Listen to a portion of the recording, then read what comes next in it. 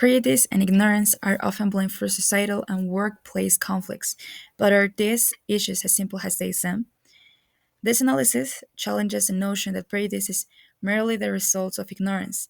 Instead, it explores the natural, logical, the shapes, the risk, and more, and everything each part of the prejudice. Our goal is to look at the key of creating inclusive environments. According to Paul Bloom's, prejudice is natural, and it also says that it's not a flaw, it's how our brain works. As we know, we tend to categorize everything, like bubbly chairs might break or dogs might bark. Also, we tend to categorize people, places, colors, etc., just everything.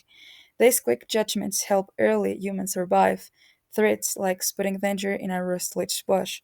So, if you say judgments and prejudice, it's logical that it's natural, basically, because this has helped us to survive, okay? And it's also moral in a certain way. Why? Because even babies, according to some studies, they also divide the world into two parts, us versus them. So we tend to feel loyalty to our family or team guiding our actions. But here's the problem, that these instincts can lead to harmful stereotypes and can lead us to judge someone's skills, right? Or another activities like with that tendency. So prejudice is natural and logical, but it can go wrong, and this is something that always have to keep in mind. Ignorance in the workplace. Can this really happen? Well, there's an example about The Office, the Office TV show, where basically the characters are using inaccurate stereotypes, like joking about slavery versus the Holocaust, or assuming that a woman can't drive well, or also making jokes like how the Indian culture is, how the Indian people is, how Asians, the customs that Asians they have, right? So all this activity just create offensive and absorb conflict right at the end of the chapter. And this is a clear example how ignorance can be a problem, can really mean a problem, right? So the point of this is that failing to see individuals beyond their cultural group false workplace tensions, right? So it's important to emphasize, to make an emphasis that how make these little steps can have a huge and mean a huge problem in a future in the environment with the others, right? And this is a thing that we need to avoid to have peace in the environment that we develop in our work. And even if it's not our workplace, right? Whatever we be, we need to avoid this kind of things. Why it matters the role of impartiality? Well, Bloom's arcs that our instincts are often selfish. So reason and impartiality remind us where we're just one in the crowd, no better than anyone else. Also, role of impartiality, this is an universal principle. Impartiality is central to philosophies and religions, right? And also this is the practical applications here is that we create laws and systems to curb bias like blind auditions for musicians or constitutions preventing immoral practices like slavery, right? So the point here is that impartiality help us act ethically even when biases pull us otherwise. Okay, the risk presented can be a toxic environment.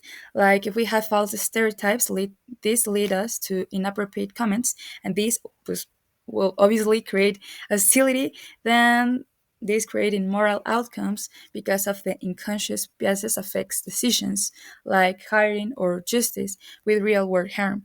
And then there is deshumanization, because we start to think people as a group, as a they, rather than individuals, and that this can lead to treating them as less than humans. And this also block the empathy, because we start to focus on the masses of individuals, and this reduces the motivation for helping others. This can be really, really bad, okay? Because we start, instead of looking the person, we look the mass. So what have we learned today? That prejudice isn't just a child of ignorance, as the author has claimed. It's part of how our brains naturally work, categorizing the world to survive. Okay, that's basically that. But here's the catch: those instincts can lead us astray, especially in diverse workplaces where false stereotypes like those we lauded in the office create conflict and division, right? So Paul Bloom remind us that the impartiality, it's a good tool, it's our moral compass, if we want to watch it like that. That, and also it's like, well, another example can be that it's the voice of reason that tell us that, hey, you're not better than anyone else, you are like everyone, okay? And also he remind us that it's important to focus on the individuals, not on groups. And also we need to avoid the hostility, the bad decisions, and even the dehumanization, okay? And a good tool for avoid all this that I just tell you, it's by the impartiality.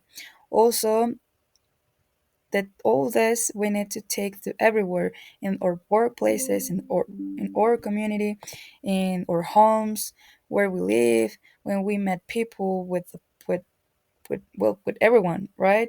And we need to avoid the stereotypes. So also I want you to invite to yourself that, to reflect, uh, if you judge to the if you judge to the others, you judge them as individuals, or you judge as a group, as a mass, okay?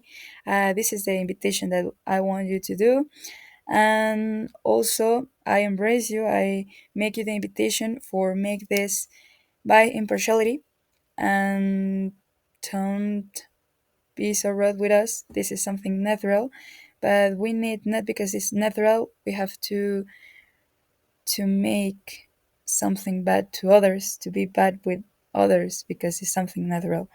We need to take the opportunities for have empathy and being inclusive with others every time.